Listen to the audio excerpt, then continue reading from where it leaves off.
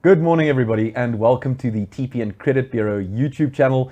With me in studio today, of course, is Jade Matembo, who's going to be facilitating this session for us. Please remember, you need to be logged into YouTube to be able to access the chat, and you can ask all your pressing questions and queries directly into that chat session today. And then obviously, no introduction needed. Silna Stein from SSLR Incorporated, the drafting attorneys of the TPN Residential Lease Pack as well as the Sales Pack. And yes, the person that literally wrote the book on residential and commercial evictions, considered one of the top trainers for property agents as well as property attorneys in the country. Welcome, Silna. Thank you, Peter. I feel so clever after that introduction. That's amazing. You should say those things more often. Well, it is November. I think we need to build each other up in November, yes, for the end of the year. Thank you for sharing this with me. So luckily, I hope I learned a lot of things from you today. So I'm learning everything from you today. So, Silna, we've had over 800 registrations for today. It's a really topical session. We're going to be going into the TPN Residential Lease Pack, some commonly used clauses. What the TPN legal team actually did is we sat down, went through the schedule on the lease agreements, and actually had a look at the most common, the most pressing, also some of the most uncommon questions we get at TPN, specifically relating to deposit clauses, relating to escalations, what happens in specific instances of breach, also when tenants perhaps are married, say for example, get divorced and have to exit a lease agreement, reasonable cancellation penalties. We'll be delving into all of that today for the end of year session to really get into a very positive mindset for 2022. But before we get going, I really just need to mention this. For those of you who did join us for that session, about a month ago, Michelle Dickens presented a session on the TPN repository and electronic signature tool that we currently have available to all our LeasePack subscribers, called TPN eSign. A wonderful tool to utilize. You can go and sign your lease agreements electronically. Those documents are stored on our servers so that you no longer need to go and print those out. And if you lose them, perhaps they are saved on our systems. There's authentication built into the system as well. But Silna, before we get into that, let's talk a little bit about the impact of electronic signatures on lease agreements. How can it impact your business as an estate agent or a landlord? Peter, now I'll admit this because it's anyway open and out in the market now, but all the agencies that I've been training since I knew you guys are going to release this eSign product, I was so excited, and I'll admit, and if I'm in trouble with you guys now, please forgive me, but I did drop a few hints to agents to say, don't worry guys, I know the pains that you are suffering, especially not just through full lockdown in COVID. I don't easily just talk about COVID, but people are working more remotely. People don't want to get out of their houses anymore. I mean, if you simply look at the amount of people that as a standard issue buy groceries online these days, which wasn't the case. COVID changed the way we think when it comes to leaving the house and actually going to the office to print a lease agreement, to sign it and scan it, feels so 2019. And I've been talking about this to quite a few agents because this is such a pressing issue.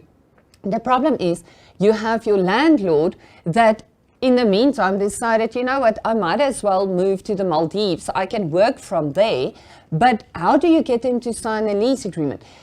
To print and sign is possible, and I mean a lot of people did that, but now you have a counterpart signature document, as legal as it is thanks to our amazing lease agreement.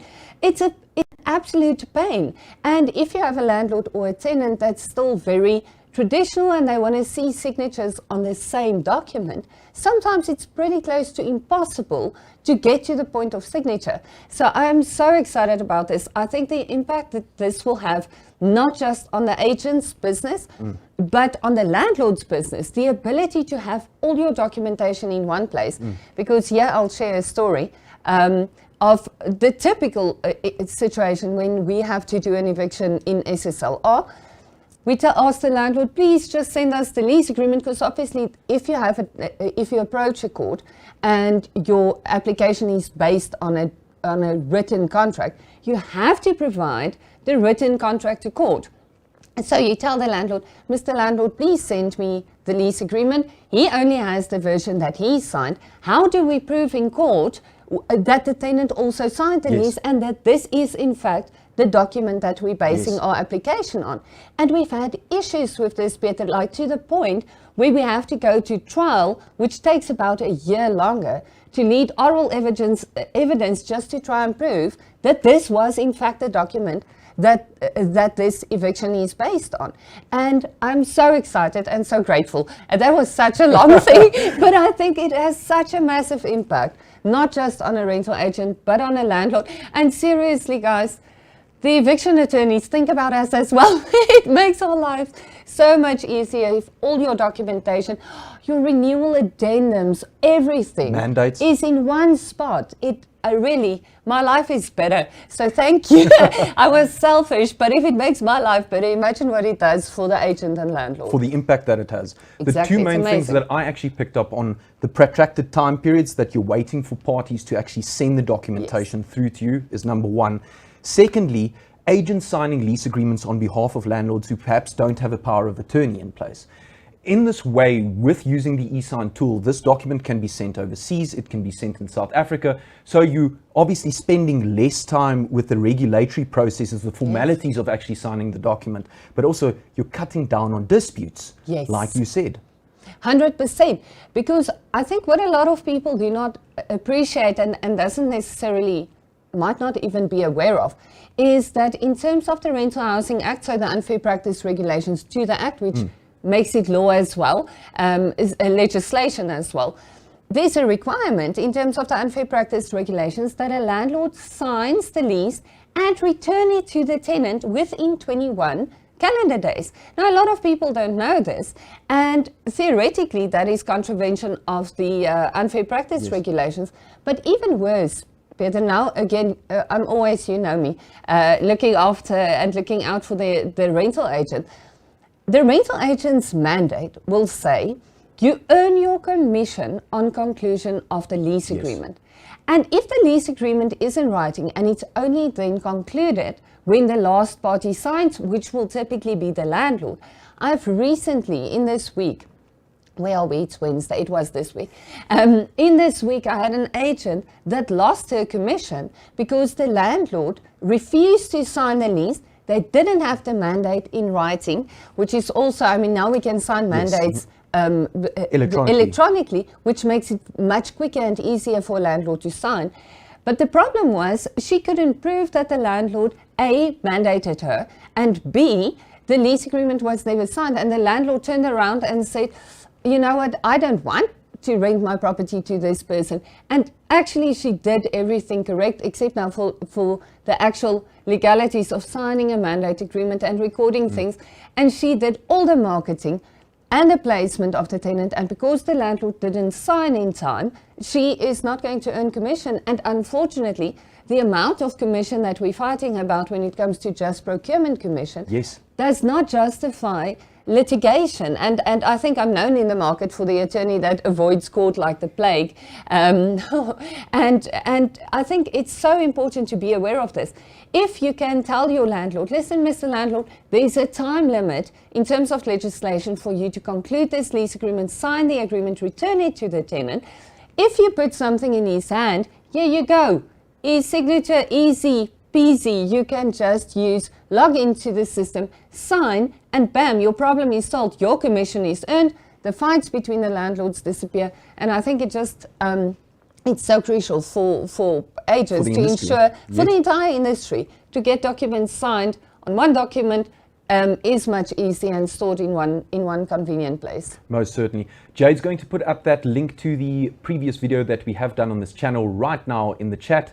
Please also remember, you can use this eSign tool already. If you're a TPN Residential Leaseback subscriber, you can access the TPN shop, you can log in, it's all available for you to do right now. If you're a Word subscriber, you're also able to go and change your logos on the documents as we speak. If you're not yet a TPN Residential Leaseback subscriber, perhaps this is the one thing that is going to press you to do so. Even the documents are updated every 3 months, as we all know. It's contained all the legalities.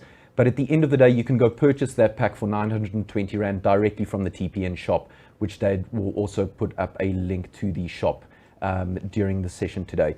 Thank you very much, Silna. Last thing that I just want to touch on, because there's been so much communication about electronic signatures in the marketplace, specifically dealing with, let's say, for example, OTPs. There was that court case in the Eastern Cape that we know of that specifically dictated that in that instance, the electronic signature of the landlord was considered.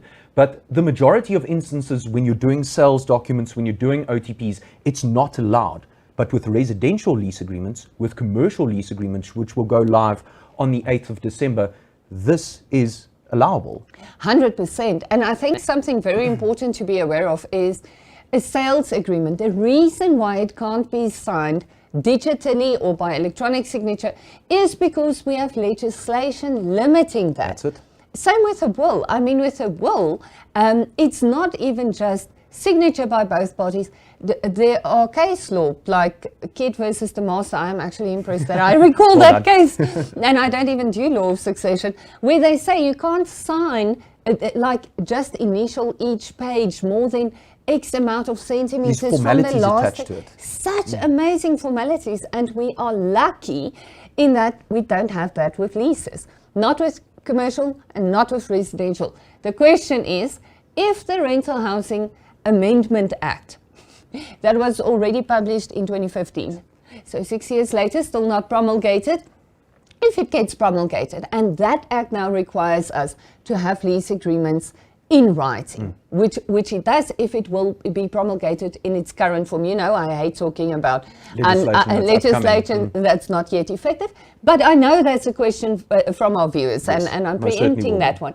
So the moment that act gets promulgated, it's not the same formalities as we have in terms of offers to purchase. It's not the same requirements as we see in the Deeds Registry Act. It only requires the document to be in writing, but with no other formalities. So eSign would still tick every single box, even if that act is promulgated. And now if we think about it, say it gets promulgated during the course of next year. Yes. Fantastic. If it comes into effect with the new regulations in place there for that act, we already said, because now there's legislation requiring lease agreements to be in writing, which we already anyway promote. I mean, it's silly not to. Not good doing a handshake deal on a lease. No, definitely not. And if we can then sign it electronically, we already tick all the boxes for legislation. So I think it's beautiful to get our landlords, tenants, agents used to using this system so we can actually comply with the law, should it change slightly. But I mean, we've been waiting for this change for almost 6 years now, so let's see what happens. And in terms of the Electronic Communications and Transactions Act, the Alienation of Land Act, where sales are contemplated, is specifically excluded. Yes. And that's obviously not currently in the Electronic Communications and Transactions Act, that the Rental Housing Act or even the Amendment Act would be excluded by this. And to be honest, my prediction is that it will never be. No. The practicalities around leases, I must say, I do believe that we will always be able to sign electronically. I've been wrong before in my life, but this is one of those I'm quite confident about. I was actually supposed to do this right at the beginning, so I'm sure I'm going to get some flack. But please remember, if we do seem a little bit blurry on the screen today, the right-hand bottom of your screen, there's a cog. You can go click on that, go and select 720p or higher. And then we're going to obviously look a little bit better on the screen. Secondly, if you have not yet logged into YouTube or subscribed to the TPN YouTube channel, go and do so right now. Like I said, we do have an upcoming training on the commercial documents that are being added to eSign, and that's going to happen on the 8th of December. So click the notifications bell if you want to be notified of any of the upcoming trainings or perhaps legislation changes, specifically when it comes to ECTA and the electronic signature tool that we will discuss in December. And then also, please note, we're going to have that 15-minute Q&A right at the end of the session after we've done our quick fire round of questions on the common and uncommon clauses that we might see in contracts. So please go and add your questions to the chat. Jade's going to be facilitating that during the 15-minute Q&A. And remember, feedback forms are also going to be available, not just important for our own feedback, but obviously for your unverified CPD points as well. Silna, with that mouthful, let's really get stuck into these common and uncommon clauses and perhaps give a few tips to the watchers today, specifically on how to manage rentals going into the future. I know at this point in time, November, you're sort of feeling, wow, it's the end of the year, and you're not necessarily wanting to change anything. But there are really simple things that you can have a look at in your own lease agreements. Make sure that they're correct, make sure that the clauses are correct, and make sure you're interpreting the clauses correctly as well. So let's get into it. Deposits. How do deposits work in contract? What is the landlord supposed to do? What is the agent supposed to do regarding the deposit? How is it supposed to be invested? I'm so glad we're starting with deposits because right after signature of your lease agreement, which we just spoke about, your deposit's going to become payable. Now the deposit and how your rental deposit is utilized and how it should be invested and how it should be handled in a residential property is very, very well regulated. All of this and how we get this, where we get this from, is section 5.3 D through to F. Thank you. So much fun to have a conversation with a lawyer. So through to F, and everything is there. So I always say it's so important for our clients, our viewers, agents, landlords, tenants, to realize that we are not coming up with things in terms of, for instance, the lease back or on the training that we do and the answers that we give, just because we feel like it. If I wanted to train people on my opinion, yes, I would train people by saying things like, I don't think gluten is very good for you. I really believe 4 times a week meditation is important, and stretch and wear sunscreen. That's my opinion. You guys don't care about that, and it has no impact on your business. When we talk about deposits, when we talk about how a rental should be working, how a lease agreement should be drafted, how it should be implemented, none of that is our opinions. I mean, we have these conversations regularly and we decide on how we draft and what we're going to do with the lease agreement. But all of that is actually based pretty simply just on legislation. And as a regulated industry, like what residential rentals is, with the Rental Housing Act, the Unfair Practice Regulations, the Consumer Protection Act, with deposits, you've got the acts, you've got the legislation, you've got the way of already dealing with this. So it's not a thumbsuck thing, it's really directly out of the legislation. And it should never be an opinion. It should never, how it gets utilized should never be based on somebody's opinion. And I think this is very important. What we've seen lately is a lot of confusion around the deposit. And I think the reason for this, what I'm seeing in the industry currently is I'm seeing way more early cancellations, not just by the tenant, but also by the landlord. What happens to the deposit then? When can it be utilized? Now, quickly on the deposit, must be paid typically on conclusion of the lease agreement. If the lease agreement is concluded today and the tenant will only take occupation in 2-3 months from now, it feels almost unnecessary to pay the deposit now. But imagine that tenant ends up not taking occupation and you are not marketing the property anymore and you are sitting with loss of income. The tenant disappears because in fairness, he never even took occupation. Yes. You don't know where he is. You don't know how to get any money back for this loss of income because he didn't take occupation. This is why we say deposit gets paid on signature. Now, here's the important thing. The fact that the Act is very clear on how it should be done and how we should handle a deposit doesn't mean the Act tells us everything. The lease agreement is crucial because we use our lease agreements to navigate around and within the bounds of legislation. For instance, if the Act says the landlord is entitled to request a deposit, we use the lease agreement to say the deposit is paid on signature of the lease agreement. So this is not contracting out of legislation.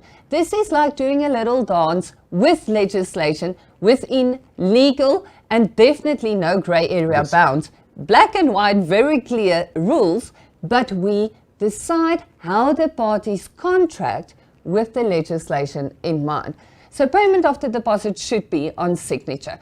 And on signature, we don't mean like the moment you hit the send button on signature. Look at me now. I'm getting to the not signing thing. pick up so fast. So the moment you sign the lease agreement, you don't have to immediately log on and do the EFT, but within a reasonable time, say a day or two. What do we do when the tenant doesn't pay the deposit? We place him on terms. Correct. Because the contract was already concluded. So now you go to clause 23 of the lease agreement, place him on terms, give him time to remedy his breach by paying the deposit. If not, you cancel the agreement and you claim damages from the tenant. You're allowed to. I think that's an important stopping point and leading into the next question. Yes. In terms of the residential lease pack, there is a condition that says that the deposit must be paid before the lease agreement is valid, and then the client can select whether that's a yes or a no. So you're creating a suspensive condition through the payment of the deposit when the lease agreement would actually be valid. Would you speak to us a little bit about that? Yes, and I think it's crucial for the leaseback users to be aware of this. And since most of the national agencies are using the TPN leaseback, even though it's branded with their own branding, I can see how different groups and how different branches in the same group apply this. Because in some places, if a tenant doesn't take occupation today, you're going to find a new one tomorrow. For instance, Mbombela is currently, they have very low rental stock. So the moment the place becomes available, you're going to place a tenant. You know as well as I do, the other example is going to be Cape Town. If you have a property available in Cape Town right now, you're going to wait a bit of a while to find a tenant and a suitable tenant for that property. And the reason why I'm using different examples on sales, the fact that in one city or in one town or in one particular suburb, you can place a tenant quicker or basically immediately means you want to know if the tenant is not paying that deposit. You want the lease agreement to just fall away because you don't want to wait the 20 business days before you can cancel the lease. You want it to pretend like it wasn't there. This is my best legal way of explaining a suspensive condition. It wasn't there. But if you want it to just disappear, you tick yes, it's a suspensive condition. If, however, you're in a situation where you know if this tenant doesn't take occupation, it's going to take the landlord 2 or 3 months to find a replacement tenant. Now you don't want it to be a suspensive condition. You want the contract to come into place even without the deposit being paid, because now you can place him on terms. And if he doesn't pay, now we can claim all the damages in terms of that agreement from the tenant. So it depends on the area, Peter, and I don't think there should be a standard thing. Best practice is this or this. No. Best practice is know your client, know your area, know this particular contract and the parties to this particular contract. And from there, make the decision. Most certainly. And then with the deposit itself, it should obviously be kept in the interest-bearing trust account at a financial institution. The interest cannot be less than a savings account at that financial institution. But we've got a difference between the Rental Housing Act when it comes to interest payments to the tenant versus possibly interest payments to the Estate Agency Affairs Board. Would you speak to us a little bit about that? Yes, most definitely. The Rental Housing Act requires the deposit to be invested in an interest-bearing account, like you said, minimum interest of a savings account. I just quickly want to pause. And I've seen a few things, for instance, people investing the deposit, wanting to invest the deposit through something like Luno or in whatever cryptocurrency. Yes, The Act, this is not a financial institution and it can't carry an interest to the same value of a savings account. The intention of the Act is that we do not take any chances with the deposit. So I know that wasn't your question at all, but I thought let me throw crypto in just for funsies. You said you wanted a fun session. Information, so yes, exactly. So steer away from that. On commercial property, I must say, I think that could be very much allowed. But still, I think the risks are too high, and unless both parties really appreciate the risk, stay away from creative deposit investment is definitely my advice. But if we invest a deposit and we need to earn interest, in terms of the Estate Agency Affairs Act, 50% of that deposit's interest must go to the estate agent and the other half to the Fidelity Fund. Yes. That's the word I was looking for, thank you. But if the parties agree that the deposit will accrue to the tenant, then the full deposit accrues to the tenant. Correct. And this is why, luckily in the schedule, we thought about this, and we do have a tick box system. So you can decide if you are an estate agent and you do want to use that and get the 50% of the interest, and the other 50% then goes to the fidelity fund. Just make sure that A, the tenant is aware of this. The lease agreement's clear on that, but let's be fair, very often tenants doesn't read the lease, and if it does come up, just point it out. We do deal with it under clause 10. Correct. Yeah. 11. So we do deal with that, and you can just point it out to the tenant. However, I've recently seen an agent accidentally making a calculation error on that and misjudged the interest that she held, and she made a mistake with, I kid you not, R6.32. That's not specific at all. And they held back on a FFC for R6.32. Now, what I'm saying is, just make the call on, do you really, is the R6.32 worth it for you? Or do you rather want it to accrue to the tenant and avoid all risk if you're an agent? As a landlord, you don't have a choice. It has to accrue to the tenant in terms of the act. So that makes it quite simple. The agent still needs to make a decision there. And my answer in life is usually, I was created blonde for a reason. I try to keep things as simple as possible. And obviously, accruing to the tenant is the simplest way, and avoiding unnecessary time spent in the tribunal. Most certainly. Or with the EAB. Pretty quick one. Lease administration fees and credit check costs. The majority of lease agreements cater for these. They ask that the tenant pay an administration fee when the lease agreement is concluded for drawing up the lease agreement, drawing up the supplementary documentation. We spoke a little bit about this beforehand. We said there is around across the country a general view that it's a little bit under R1,000 as a general fee. Dealing with a lot of the agencies in the country, what do you see? How do you see this going? I almost want to brag and say, luckily, the guys I work with sit on the typical national standard of, call it 750, 850 Rand thereabouts. But I've seen amazing things. I have seen agents not charging anything at all. Yes, yep. Or a super low fee, like 150 Rand. I mean, that doesn't even cover your TPN searches if you do the proper ones, and really please do the proper ones. I don't know what you call your searches, but you know what, everybody knows what I'm talking about if I say the proper ones. So do the proper ones, and they are obviously more expensive. Make sure that you get paid for that, at least that, but it also takes time. Yeah. So as long as you can show what you have done for this amount of money that you're receiving, please think of something, for instance, like explaining to the landlord and the tenant that you are charging this fee because you are providing them with the best lease agreement in South Africa. And this is why you are receiving a payment for that. You are receiving a payment because you are doing the credit checks. You are calling the previous landlord. You are doing the deed search on the previous landlord to check if he is in fact the previous landlord. You are doing a lot of things to earn this fee, and because of that, you are entitled to that. So base your decision on how much you are charging, on the kind of work that you are doing, and what is fair. To overcharge, I've seen agents charging 2,000 Rand for this, and I'm thinking, ooh, that might be a bit of a push, but it depends on what you do. If you're going to do an interim, pre-inspection, a pre-listing inspection, you're going to do a lot of things. Yes, then fair enough, but try to keep it as simple as possible and close enough to the actual work you're doing. Do that. Yes, Jade, do we have a question? We have plenty of questions. I can only imagine. So I'm going to get the questions going. Yes. Okay, so we're going to start with a question from Mduduzi.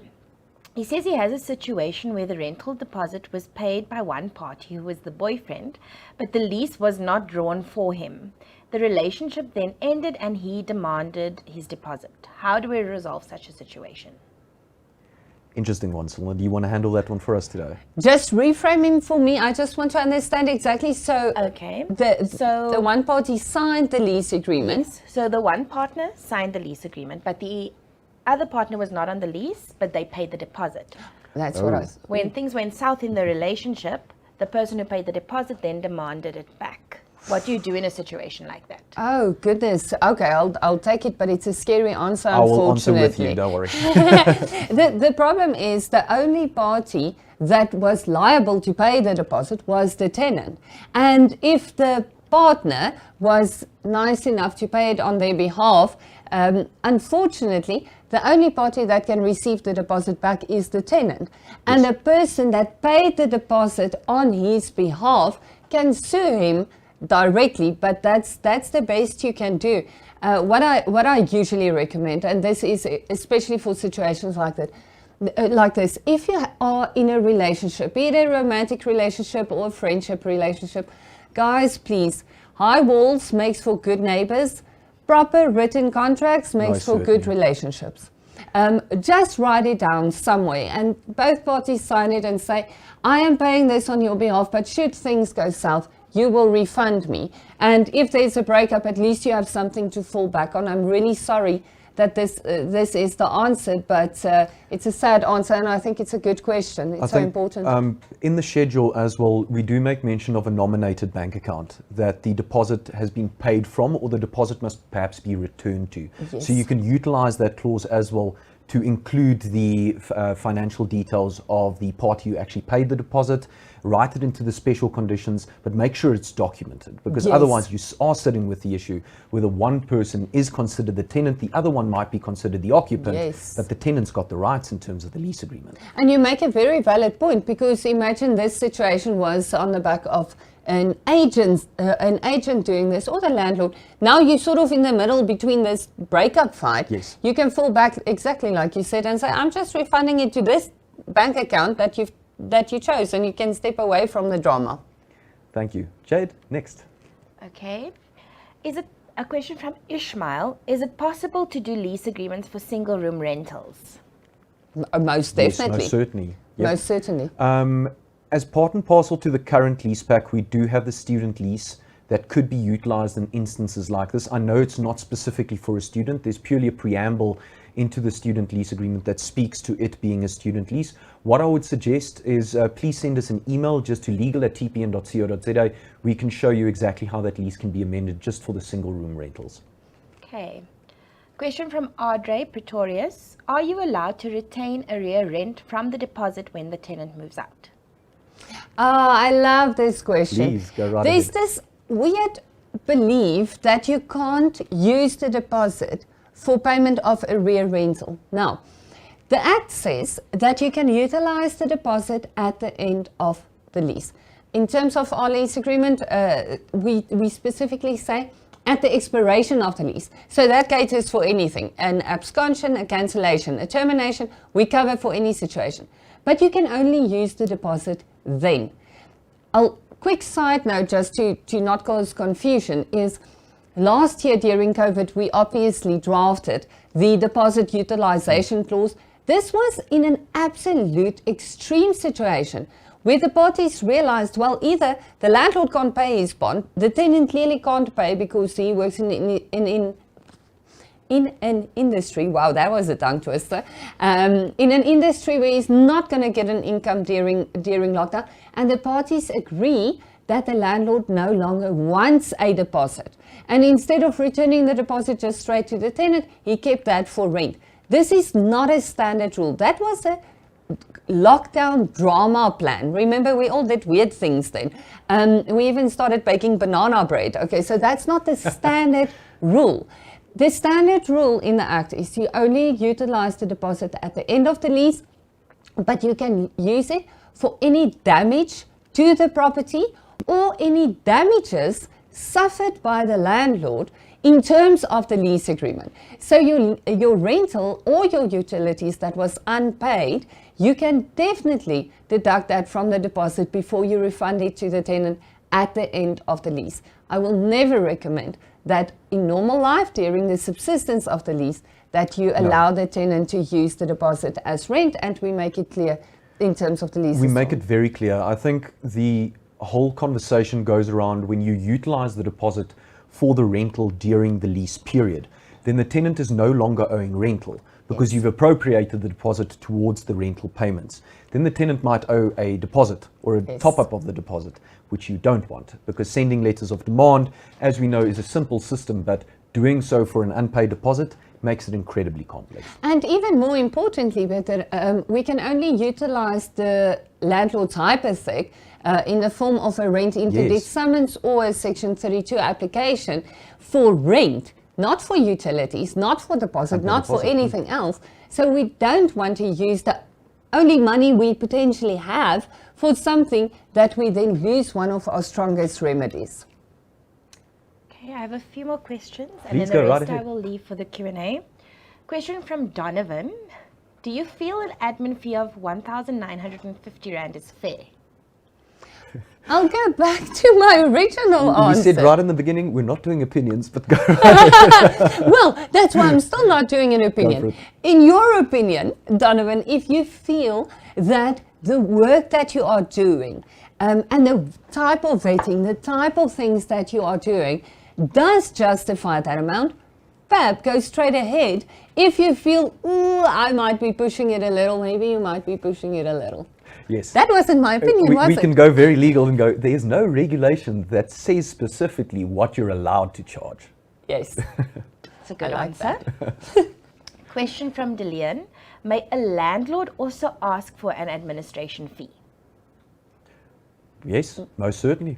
In instances where he has purchased perhaps the lease pack or done credit checks or gone through the process of renting the property to the tenant through the application phase, most certainly.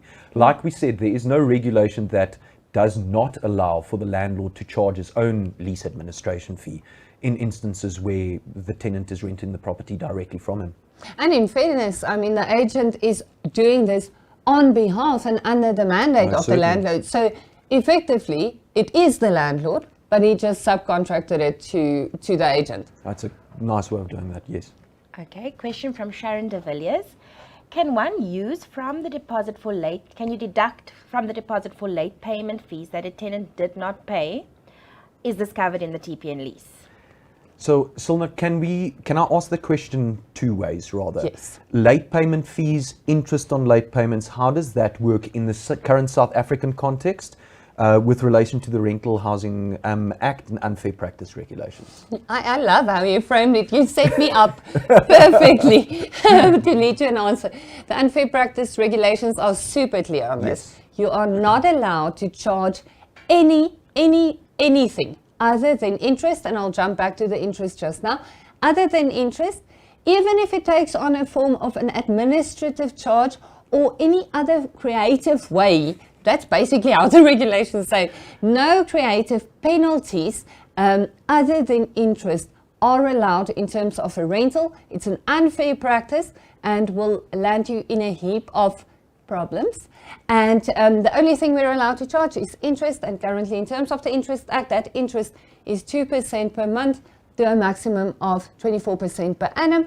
That interest starts running in terms of the TPN leaseback lease as soon as the tenant doesn't pay. On top of that, if you do send a letter of demand, from there on your MORA interest starts running, and your MORA interest is obviously just your default interest on top of that. So that's the only time, and that's the only thing you can charge. So late payment penalty, definitely not, even on a lease agreement, so definitely not deducting from the deposit, because it's not a legal thing to charge in terms of the lease agreement. But anything else, any other legal charge for interest, 2% interest to a maximum of 24% per annum, 100%, that amount you can deduct from the deposit. I'm very happy with that. Good, you've actually answered the second question in that as well. It's a I was pleasure. formulating it in my head and you just answered it, so great. I do what I can. So I'm going to throw one more question at you, and then you can continue with the session. But I just want to let you know I have a whole host of questions for the Q&A. Okay, so last question for now from DW and P. Thomas. If you have multiple rental properties, do you open multiple interest-bearing accounts? So this is the question we get at TPN, on a daily basis from clients. There is no specific portion of the rental house that dictates that all the deposits must be in a separate interest-bearing trust account. At the end of the day, I think the importance of this is that the tenant can at any point in time during the lease period request a statement of where his deposit is currently busy lying and the interest that is already accrued on that deposit. If you can showcase that in a account where there are multiple deposits being paid into that account, then you're going to not fall foul of the act. But it doesn't specifically state each and every single property or each and every single tenant must have a separate trust account or an investment account that this money must be paid into. Is that it?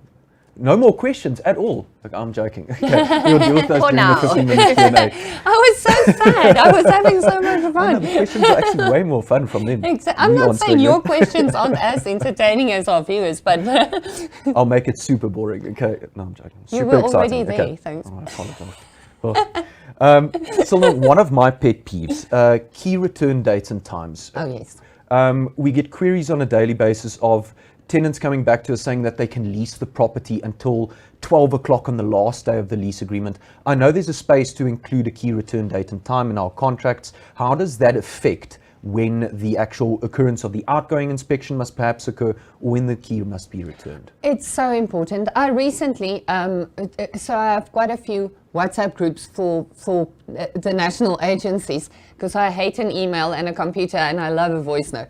So I get a lot of these practical questions constantly, and I actually had exactly that one. So listen to this fun story. The agent called the tenant to arrange the exit inspection and then key handover at the same time. So the tenant said, no, she doesn't want to hand the keys over at 4 on the day that she moves out.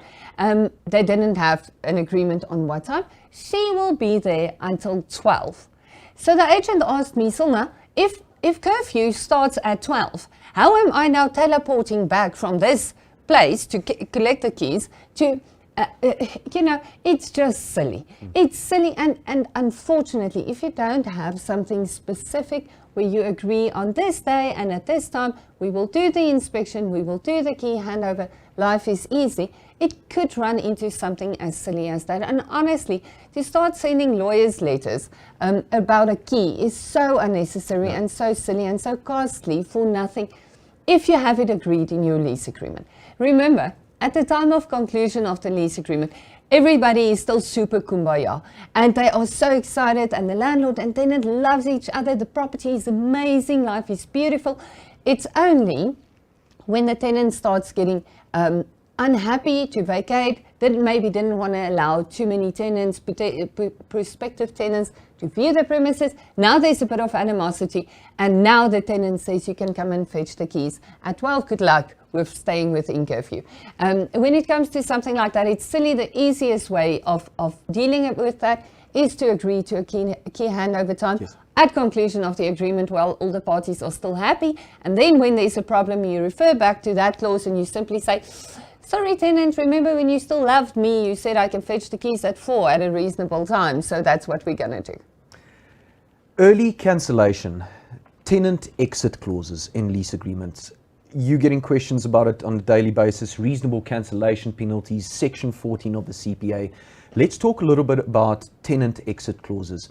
Perhaps even taking into consideration joint and several liability, because one of the questions we get asked usually is the scenario where a husband and a wife perhaps have rented a property, they're going through a divorce, and the husband wants to give notice on the lease agreement, whereas not both parties aren't cancelling, only the single party is cancelling.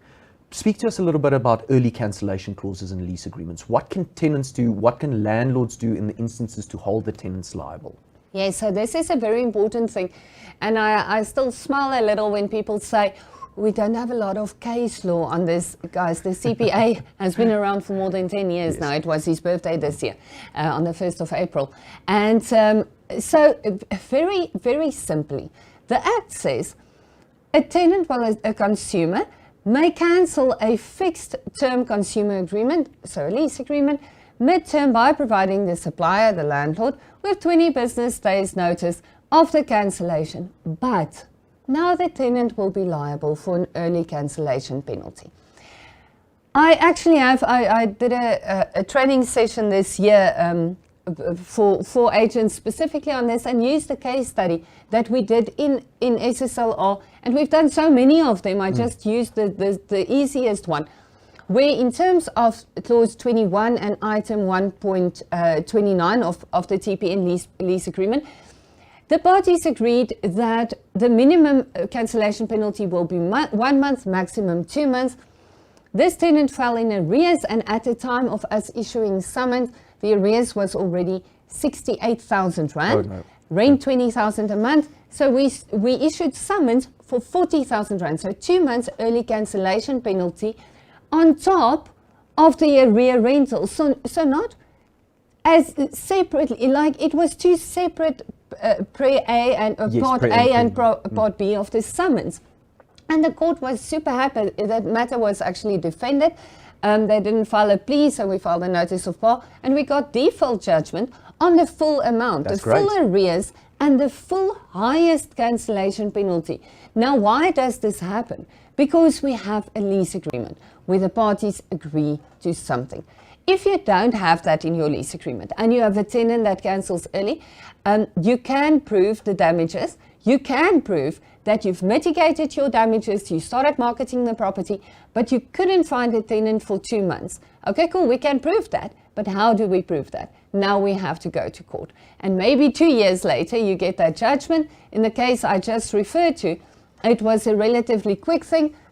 Well, quick when it comes to default judgment is actually like 4 to 6 months currently. But still, our client got everything they wanted, but it was because it was based on item 1.29 rate with clause 21 of the TPN leaseback. So obviously there are other agreements that will include early cancellation penalty agreements. And as long as you have that, it makes it so simple, and it means you don't have to go to court, you don't have to fight. But to your question of what happens if the one party cancels and the other one I think that's a very important one, because you've got these joint and several liability clauses in the lease agreements. Yes. Exactly, and we spoke about the student lease and multi-lets, and if it's not a true multi-let situation, it's two friends that move in together. The one wants to leave, the other one wants to stay. And the lease agreement isn't based on a specific room, it is they're renting together. Unfortunately, when you cancel the contract, you can't half cancel a thing. You can't proportionally cancel, because where does it fall now? So if you have a multiple tenant lease where you have 2 or more tenants as part of the lease agreement, if the one cancels, they are jointly and severally liable, wait for this, for the early cancellation penalty as well. They must fight it out between them. This is not the landlord or the agent's problem, because your contract allows for this. Your contract allows for an early cancellation penalty. They are liable jointly and severally. Yes. Unfortunately, on that cancellation, both has to vacate the premises. If the one wants to stay, they can reapply for a lease agreement. And that could very well work out very well for the landlord. He might qualify and he might pass the vetting, and that might mitigate the whole situation, and it will reduce the early cancellation penalty because the landlord will suffer limited damages. So that can work, but you can't force the landlord to conclude the agreement now with only one party. No.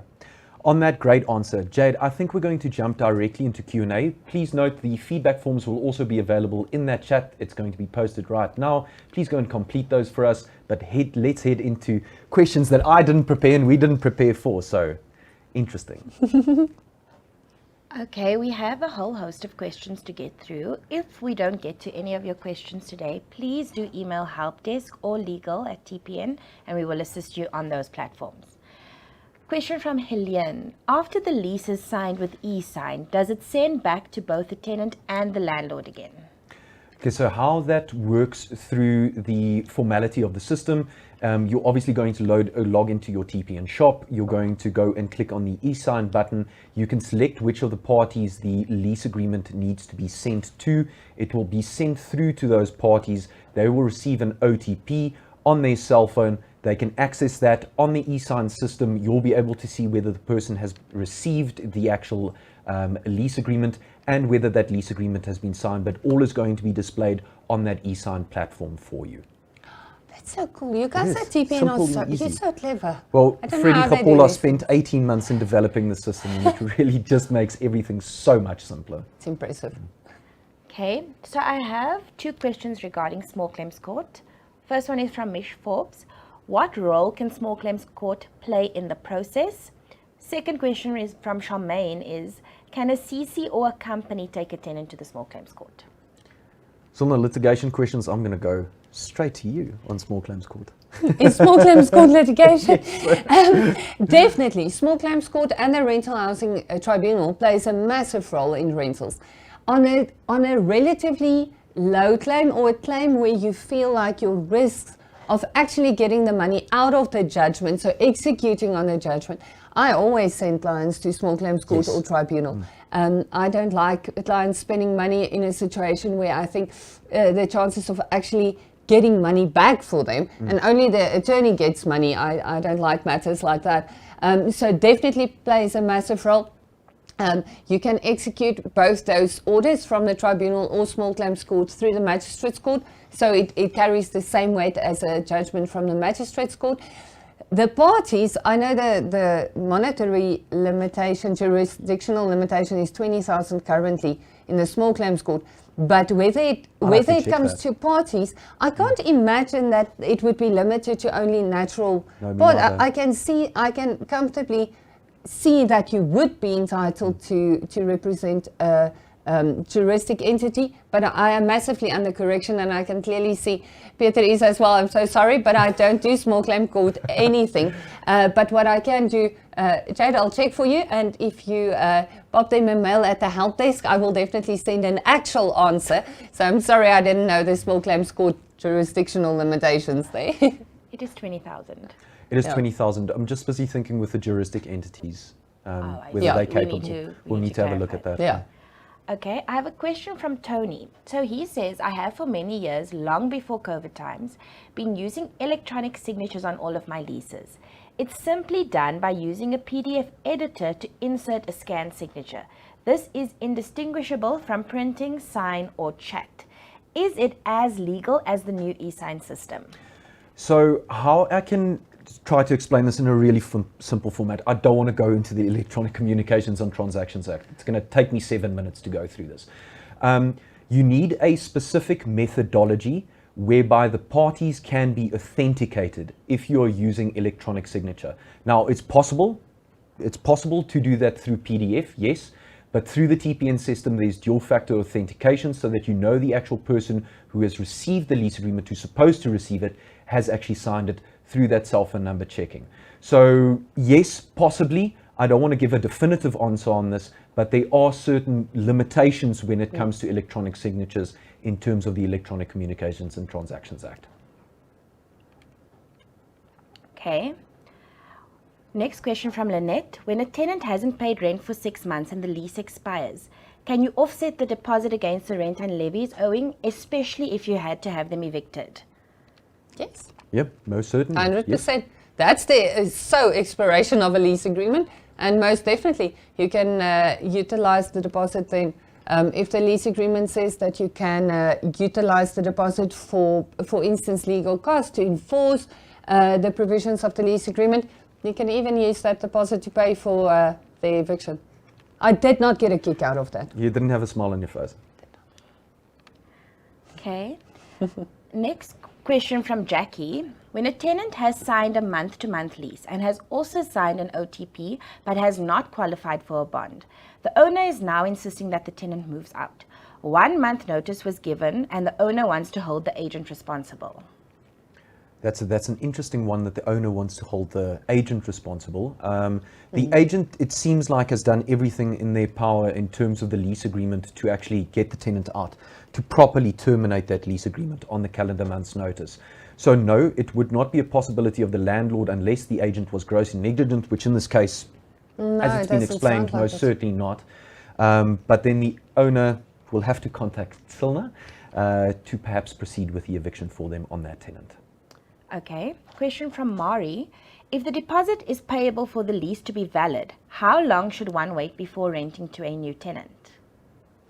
Well, sorry. No, The lease agreement specifically says the deposit must be paid on signature. So if they don't comply with that and they don't sign, say, on that day or at most the following day, I would definitely then assume that the suspensive condition was not met. What I would recommend, though, is don't just tick the box and not tell the tenant about it. Point it out and say, listen, you have to pay today. If you don't, this lease agreement's going to fall flat and it's like nothing happened. So just point it out to the tenant, but it must comply with clause 11 as well on the payment date. Fantastic. Okay. Question from Charmaine Nell. If the deposit was invested at a high interest rate and the tenant became a problem towards the end of the lease, do I have to pay them the interest earned or the minimum as stipulated? Okay, so I'm going to go very strict on this one, saying that the interest earned on the deposit, because the deposit is the tenant's money, is going to be the tenant's money. So regardless of the higher amount of interest that you have now gotten through the bank or that financial institution, that actual amount will need to be paid directly to the tenant. Unless there's obviously an appropriation regarding damages perhaps to the property, you can go and utilize that interest amount, but the interest amount that you've gotten on that account will have to be the interest that's paid to the tenant. Okay, thank you. Smiling. So agreed. Good answer. Question from Charmaine. Can the Consumer Protection Act override any of the contract agreement? Everything. Everything. Legislation, not just the Consumer Protection Act, all legislation. We can't contract out of legislation. So it will override it. I think that's why in the beginning of the session I said we contract within the bounds of legislation to sort of shape the provisions, so both parties know what's happening. But every day of the week, say for instance, you don't like the fact that you have to give 20 business days to remedy the breach before you can cancel, and you decide now you can give 20 business days notice of cancellation instead of allowing them to remedy. The Act will simply override that, and when you get to court, the court's simply going to dismiss you and say, oh, this is fatally defective, you didn't comply with legislation. Okay, a question from Charmaine. Can you charge for a letter of demand? Most certainly, yes, you can. Yeah. The actual cost of that letter, obviously the proof of this factual expenditure is vitally important. You can't go and add on your own administrative penalty or fee because you had to send the letter of demand. Exactly, and that's why I like using the TPN letter of demand. I'm very comfortable with that letter. I know the people that drafted it, and that letter's been used so many times in court by us on evictions, on rental claims, on whatever, and you can prove what your cost was. You add it to the invoice. I've never ever had an issue with that amount. I've had many issues with the loaded amount, or I had to send the letter and that took me X amount of time. You can't do that, but you can pass the actual cost on. Okay. Question from Sumari. Are you allowed to charge rent reminder fees?